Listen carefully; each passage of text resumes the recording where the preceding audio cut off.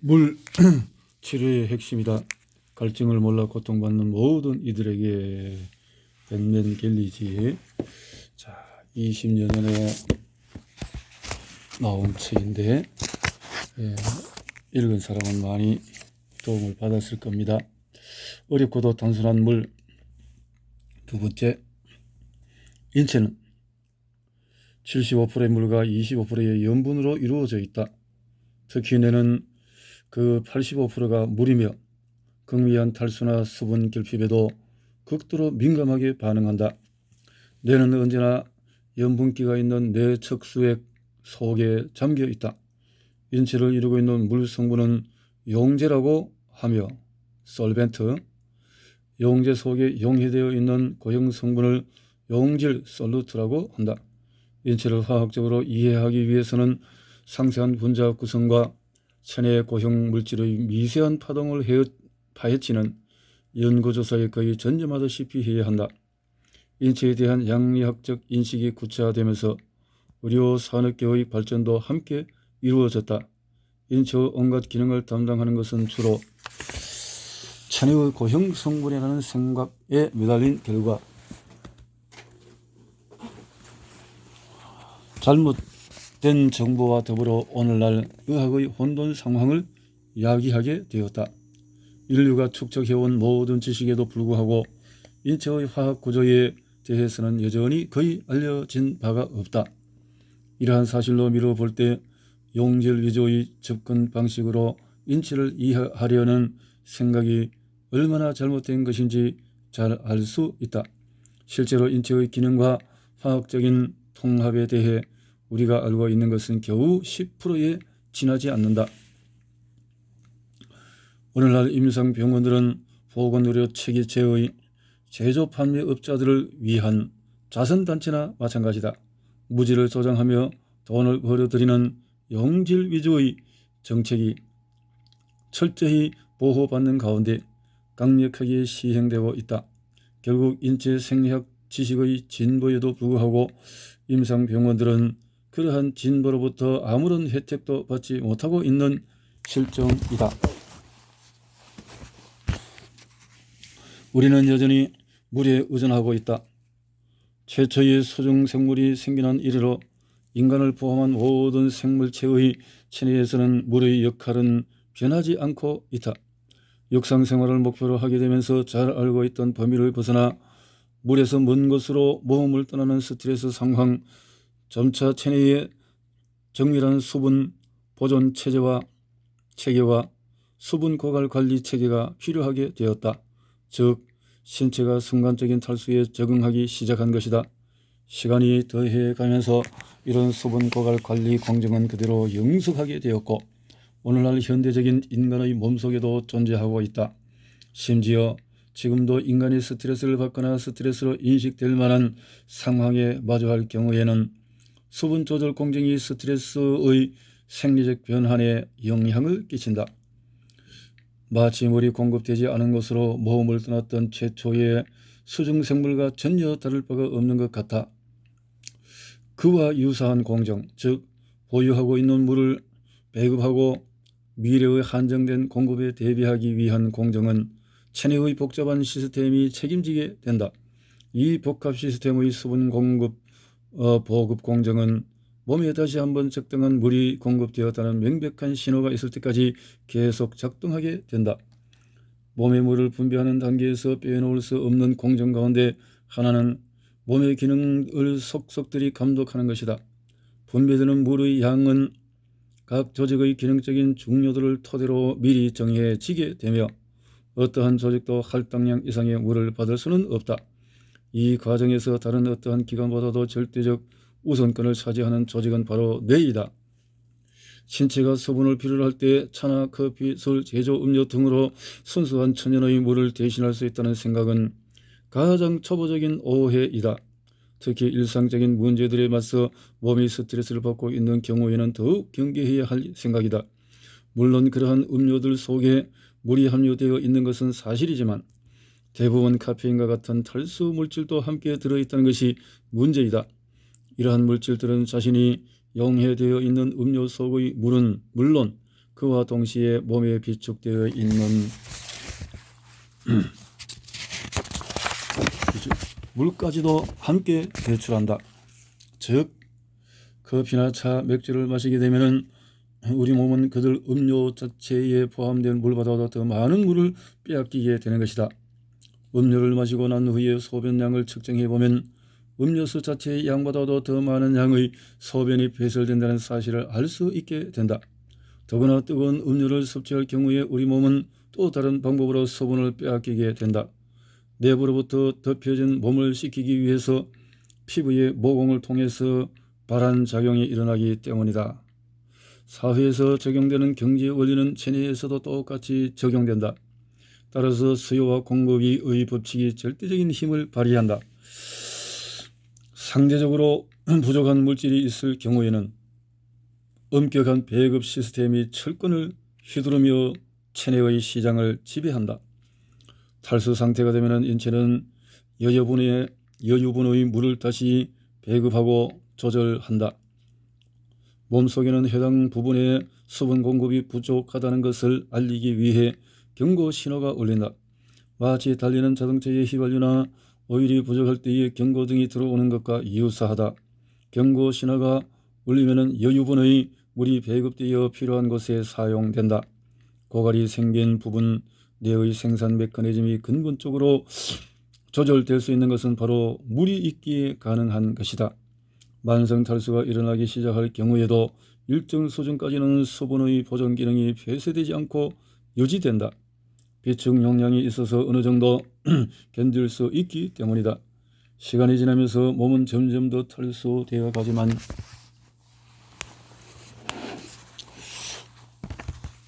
시스템이 몸의 이런저런 기능들에 대해서 맡은 책임을 제대로 할 수 없을 지경에 이르러서야 반응이 시작된다. 즉 수요, 유행에 따라서 해당 기관과 일선의 활동 기관들이 수분 부족을 나타내는 특유의 신호를 보내기 시작하는 것이다.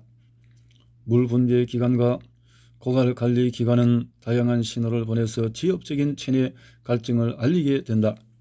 그러한 갈증은 물을 좀 더 많이 섭취함으로써 자연스럽고 간단하게 풀 수 있다. 그러나 물을 마시는 대신에 강력한 화학약품을 복용하여 부적절하고 무지하게 대처하는 경우가 허다하다.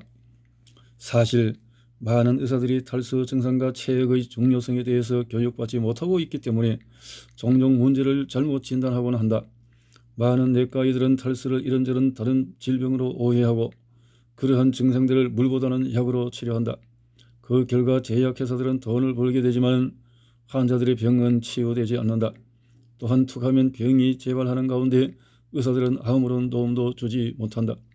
체내의 다양한 물 부족 신호 시스템들이 화학약품으로 인해 침묵하게 되면 유전장치를 포함한 환자의 체내 체세포들은 곧바로 해를 입게 된다.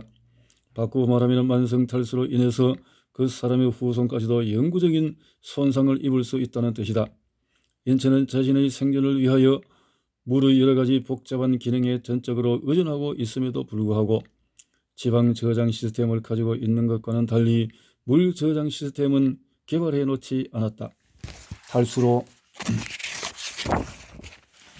인한 부모 세대의 신체 기능 상실과 그에 따른 화학작용 능력 및 기능의 상실이 자식 세대에 그대로 반영될 수 있다. 질병의 근원이 탈수인 경우 체내의 탈수 상태를 감지하지 못하는 감지 시스템의 기능 부전이 끝내는 일부 자손들에게 유전되기에 이른다. 바로 이것이 천식이나 알레르기, 흉통 등의 어떠한 경우에도 완전 수화 체내의 물의 순환이 충분히 이루어지고 있는 상태를 통해 반드시 예방되어야만 하는 심각한 질환인 이유다. 중요한 것은 노소를 막론하고 물이 체내에서 어떤 기능을 하는지 알아야 한다는 점이다. 물의 기능을 깨닫게 되면 자신과 후손을 질병으로부터 보호할 수 있게 된다. 탈수의 여러 증상을 깨닫고 또한 그 치료가 단순하다는 사실을 이해하기 위해서는 공부가 필요하다. 해답은 물이다. 물이야말로 건강의 원천이다. 페이디 필립스 박사와 7명의 동료들은 1984년 9월 20일자 뉴 잉글랜드 의학 저널의 기사를 통해 노년기 남성들이 동일한 실험 환경 내의 젊은 남성들보다 훨씬 더 신체의 갈증을 인식하지 못한다고 밝힌 바 있다. 그들의 실험에 의하면 노인들은 탈수 상태에서도 목마름을 느끼지 않는 듯 했다. 심지어 테스트에 가차 없는 결과에 의해서 명백한 수분 결핍이 입증된 상황에서 물이 얼마든지 있는데도 불구하고 물 마실 의사를 보이지 않는 사람들도 있었다. 그들은 그대로 탈수 상태를 유지했다. 1984년 11월 3일자 란셋의 논설은 필립스와 동료들의 실험 결과에 대해 이야기하면서 그 결과를 뒷받침하는 그 밖의 연구 사실들을 언급하고 있다. 노인들에게는 갈증 메커니즘이 점차로 소실된다는 내용이다. 또한 스팅과 런드그렌, 아이작슨 세 사람은 1985년 1월 20일자 란셋에서 오랜 기간에 걸친 관찰을 통해서 노인들에게서 10년 동안 3.5리터에서 6리터에 이르는 간과할 수 없는 인체 수분 소실이 있음을 발견했다고 보고했다. 이것은 인체 내 액체 함량의 막대한 소실로서 대부분 세포 내에서 소실되는 것이다. 새로운 패러다임을 한 번 더 뒷받침하기 위해 와이즈만 연구소의 이프라임 카잘스키 까찌르 과학 논문 가운데 가장 중요한 내용을 간단하게 언급할까 한다.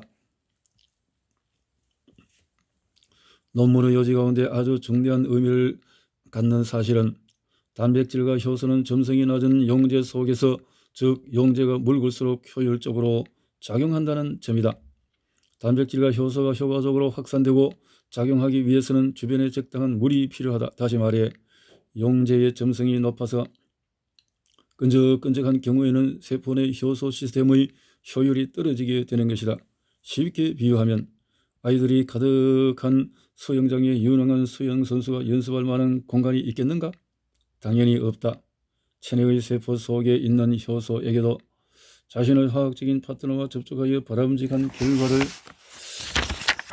얻기 위한 세포 물 속에서의 수영이라는 그와 동일한 논리가 적용된다고 본다. 체내의 감각이 점차적으로 상실되는 것은 모든 면의 감각 메커니즘과 다 관련되어 있다고 보아야 한다. 나이가 들어감에 따라서 서서히 시각의 예리함을 잃게 되고 안경에 의지하게 된다. 성적 욕구 또한 잃게 된다. 웬만큼 떨어진 거리의 소리를 들을 수 있는 청력도 서서히 잃게 되며 촉감도 둔해지고 주의력도 떨어진다. 심지어 정서적인 자극에도 무뎌지며 만족감조차도 덜해지는 등 그 외의 여러 증세가 있다. 이 모두가 감각의 자극을 구별하고 그에 반응하는 능력을 점진적으로 상실하게 됨에 따라 언젠가는 어느 누구의 삶에서나 외면적으로 분명하게 드러나게 되는 증상들이다. 언제 어떻게 몸의 감각이 무뎌지는지 시작하는지 알 수 없다. 하지만 나 자신의 관찰과 위와 같은 과학적인 실험을 통한 논리적인 해석에 따르면 갈증 감각에 의지하여 목이 마를 때까지 기다려 물을 마시는 것이 바로 문제의 근본이라는 생각에 이르게 된다. 탈수에 수반되는 가장 중대하고도 주요한 문제는 신경전달 물질을 만드는 데 사용되는 다량의 필수 아미노산을 잃게 되는 것이다. 체내의 수분이 충분할 경우에 보이지 않는 가장 큰 이점은 수많은 단백질과 효소의 효율성이 증대되는 것이라고 할 수 있다. 그럼에도 불구하고 이들의 생리적인 임무는 아무도 인정받지 못하고 있다. 또한 단백질과 효소가 보다 효과적으로 합성될 수 있는 것은 주변의 넉넉한 물의 영향을 받아 편히 움직일 수 있기 때문이다. 따라서 체내에 충분한 수분을 유지하는 것은 조기 사망과 다양한 감각 시스템의 조기 소실에 대비한 최고의 보험이라고 할 수 있다. 계속되고 있는 나의 투쟁. 시대는 21세기의 새벽을 열고 있음에도 의료 행위는 점점 더 퇴보하고 있는 것 같다. 그렇다. 사람들은 이제 목마를 때까지 기다리지 않는 것이 더 낫다는 것을 알게 되었으며 자신의 몸이 탈수에 이르지 않도록 예방 조치를 취하고 있다. 그 결과 기분이 더 좋아지고 체력이 증진되는 것을 알게 되었다. 이제 사람들은 외출 시에 물을 가지고 다니며 운동하면서 물을 마신다. 대다수의 사람들이 제조 음료나 알코올 음료보다 물을 마시고 있으며 물을 더 선호한다. 학교는 이제 탄산 음료가 아이들에게 해롭다는 것을 자각하고 자판기를 없애기 시작하고 있다. 캘리포니아 주를 필두로 시작한 이러한 강령은 다른 주들로 이어지고 있다. 몇몇 연구가들의 조사 결과에 의하면 늘 마시던 탄산음료 대신에 물을 마시게 되면서 아이들의 학업 성과가 급격히 향상되었다고 한다. 이러한 상황에도 불구하고 돌연 다트마우스의 의과대학의 한 명예 교수가 아메리칸 생리학 저널을 통해 목이 마르지 않는 이상 물을 마셔야 할 아무런 과학적인 이유도 찾지 못했다는 기사를 발표했다. 흥미로운 점은 기사의 신속한 유포를 위해서 먼저 인터넷에 게재했다가 그 뒤에 통신사에 발표하고 그 다음에야 위의 학술지 지면을 통해서 같은 해 말에 발표했다는 사실이다. 이러한 사전 광고 덕분에 이 공공 관련 안건을 취재하기 위해 전 세계에서 언론 매체들이 몰려들었다. 나는 정보의 출처에 대한 공신력만을 믿고 그러한 견해를 그대로 받아들일 경우 전 세계 수백만의 사람들이 잠재적인 해를 입을 수도 있다는 사실을 깨달았다. 그래서 그걸 발표 내용에 대해 짤막한 과학적 반증 기사를 써서 유포하기 시작했다. 나는 그 기사를 인터넷에 발표했고 이제 다른 사람들의 검토가 가능하다. 또한 내가 보낸 반증 기사를 받았을 의학학술지로부터 기사를 실어주겠다는 답장이 오기를 기다리고 있는 중이다. 감히 말하지만 나의 입장이 간병의료 체제의 상급적 이익과는 대조를 보이고 있기 때문에 어떠한 공식적인 반응도 쉽게 오지는 않을 것이다. 혹시 나의 논리에 관심이 있을지도 모를 사람들을 위해 그 기사를 여기에 소개한다. 이 글은 이제 다들 이해하고 있는 탈수에 대한 분자 생리학의 새로운 연구 결과를 근거로 하고 있다. 이 책에 담긴 물에 관한 정보가 왜 소중한지 다음 기사를 통해 알게 될 것이다. 미국의 기존 의료 권위기관들을 통해서는 단시일 내에 이 기사를 접하기는 힘들 것이라고 생각한다.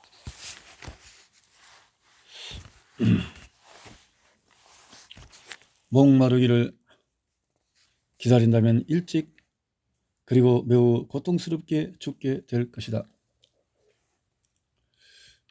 다트마우스 의과대학의 명예교수인 하인츠 발틴 박사는 하루에 8온스 컵 8잔의 물 240ml씩 총 1.9리터를 목마기를 기다리지 말고 마셔야 탈수를 바로잡는다는 것에 대해 과학적으로 어떠한 효과도 없다는 의견을 위험을 무릅쓰고 피력했다. 2002년 8월 아메리칸 생리학 저널을 통해서 발표된 이러한 견해는 현재 의학의 모든 잘못된 점의 근간이다. 그로 인한 미국 내의 의료 비용은 한 해 1조 7천억 달러에 달하며 매년 12%의 성장률을 보이고 있다. 발틴 박사의 견해는 감염이 최종 단계에 이르러 환자가 죽게 되고 나서야 적절한 항생제를 주는 것만큼이나 터무니없는 것이라고 생각한다. 그의 견해는 구강 건조가 탈수의 정확한 신호라는 잘못된 가정에 근거를 두고 있다. 그가 조언을 구한 바 있다고 말한 동료들과 마찬가지로 발틴 박사는 의학계의 중요한 패러다임 변화를 자극하지 못하고 있는 것 같다. 지난날 의학계의 모든 견해들은 체내의 용질이 모든 기능을 조절하며 용제는 인체의 어떠한 생리적인 기능에서도 직접적인 역할을 하지 않는다고 하는 잘못된 가정에 근거를 두었었다. 의과 대학생들은 물은 단지 용제로서 충전물이고 운송수단일 뿐 그 자체의 어떠한 신진대사 기능도 없다고 배운다. 나도 또 다른 아이비리그 의과대학의 저명한 생리학 교수에게 물의 기본적인 생리적 역할에 대해 이만큼이나 무지한 경우를 경험한 바 있다. 그 역시 발틴 박사처럼 신장의 물 조절 메커니즘을 연구하면서 의과 대학생들과 박사들을 가르치고 있었다. 내가 가스분해 물분자의 작용으로 인해 일어나는 분해 반응이 무엇인지 대해 간단히 묻자 그는 바로 백기를 들고 물이 영양소이며 인체의 모든 생리학적 기능에서 실제로 지배적인 물질 대사 역할을 맡고 있다는 과학적 사실을 인정했다. 발틴 박사는 신장후 물 조절 역할만을 강조하고 있기 때문에 인체의 체내 수분 부족에 대해서 결핍을 관리하는 메커니즘이 있다고는 생각하지 못하고 있다. 인체 갈증 관리에 대한 그의 견해는 바소프레신 신경 뇌하수체 호르몬의 일종으로 혈압 상승, 항이뇨 작용을 한다. 바소프레신과 항이뇨 호르몬, 레닌, 엔지오텐신, 신장에서 분비되는 고혈압의 원인 물질 엔지오텐신계 등에 근거하고 있는 것으로 보인다. 이들 물질은 몸이 이미 탈수된 상태에서 체내 고갈 관리 프로그램에 착수하게 되는 요소들이다. 실제로 그는 체내의 수분 함량이 5% 소실된 상태를 탈수라고 생각한다. 그리고 그러한 수분 손실이 일정 수준에 이르러 몸이 액체류를 마시도록 재촉할 때까지 기다린 후에 체내의 수분 결핍을 바로잡아야 한다고 생각한다.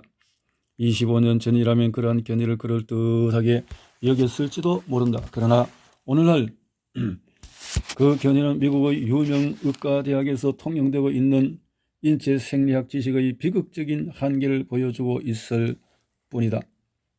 최근 발틸 박사가 발표하여 널리 보도된 언서를 살펴보면 물이 영양소라는 사실이 고려되고 있지 않다.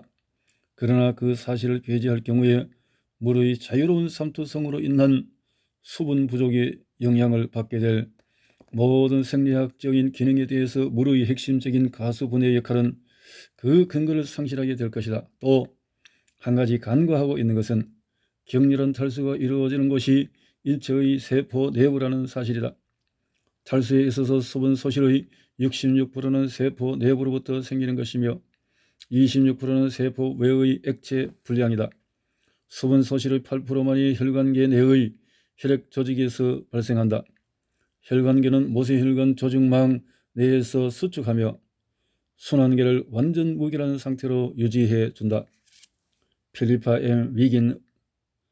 위긴은 양이온 펌프의 효과적인 기능을 유발하거나 조절하는 메커니즘은 다시 말해서 용제의 에너지를 변환 특성을 활용하는 것임을 이렇게 입증하고 있다.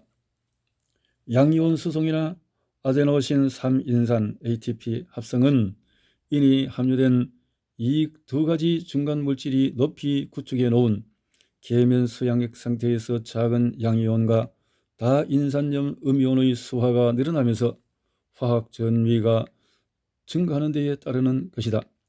체액이 농축되고 나서야 갈증이 일어나는데도 목이 마를 때까지 기다려서 물을 마신다면 몸은 탈수된 세포 내에서 물의 에너지 생성 특성을 상실하게 된다. 이러한 이유로 탈수를 기다렸다가 바로 잡기보다는 미리 막아야 하는 것이다. 이러한 양이온 교환에서의 물의 역할에 대한 새로운 이해에 따라 인체 내의 잉여 수분에 대한 신중한 관리 기능이 있다는 견해는 그 정당성을 인정받기에 충분하다. 이와 관련하여 몸을 억지로 고갈시키고 부족한 수분을 관리하게 하는 발틴 박사의 견해는 옳지 않다고 할 수 있다.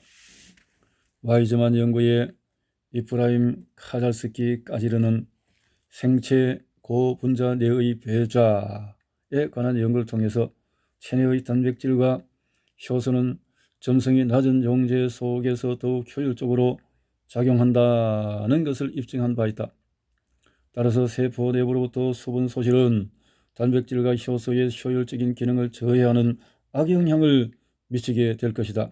이 한 가지 연구 결과만으로도 탈수가 일어난 뒤에 물을 마셔야 한다는 발틴 박사의 견해는 인정될 수가 없다. 체내의 모든 세포는 자신의 생리적 역할 내에서 효율적으로 기능하는 것이 바람직하다. 그러므로 고갈관리 프로그램에 의해 갈증이 야기되는 것을 기다리는 것보다 몸을 최적 상태로 소화시키는 것이 더 분별 있는 태도일 것이다. 더구나 물이 모자라 고통받는 가운데 주요 핵심 기관들의 물을 배급하고 할당하느라 그 외의 기관들을 희생하는 것보다 다소 물이 남아도는 상황을 처리하는 것이 한결 수월하다. 농축된 혈액이 혈관계 내를 끊임없이 순환하게 될 경우 그 결과는 오로지 재앙뿐이다.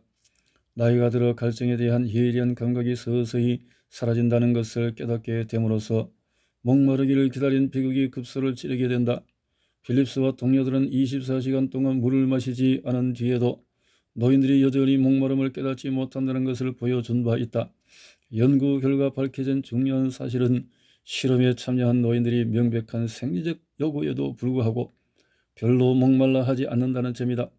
브루스와 동료들은 20세와 70세라는 나이 사이에 세포 외부와 세포 내의 수분 비율이 1대 1.1에서 1대 0.8로 크게 변한다는 사실을 입증하고 있다. 만약에 삼투적인 밀고 당기기가 체내 어디에서나 초당 0.001cm의 비율로 세포막을 통한 수분 확산에 유리하게 작용한다면 세포 질 내 수분 균형이 이렇게 현저하게 변하지는 않을 것이다.